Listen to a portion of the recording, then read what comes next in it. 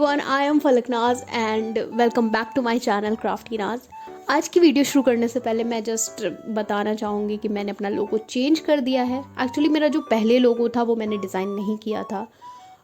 वो मैंने just Google से इमेज डाउनलोड करके उसको थोड़ा सा एडिट करके उस पर अपना चैनल का नेम लिख दिया था। बट फिर मैंने सोचा कि नहीं, मेरा खुद का भी लोगो होना चाहिए, तो मैंने अपना नेम बेस्ड लोगो डिज़ाइन किया है। Hope you all are liking it. आज की इस वीडियो में मैंने एक वॉल हैंगिंग बनाया है। ओके, सो और वक्त ज़ाया ना करते हुए let's get into the video.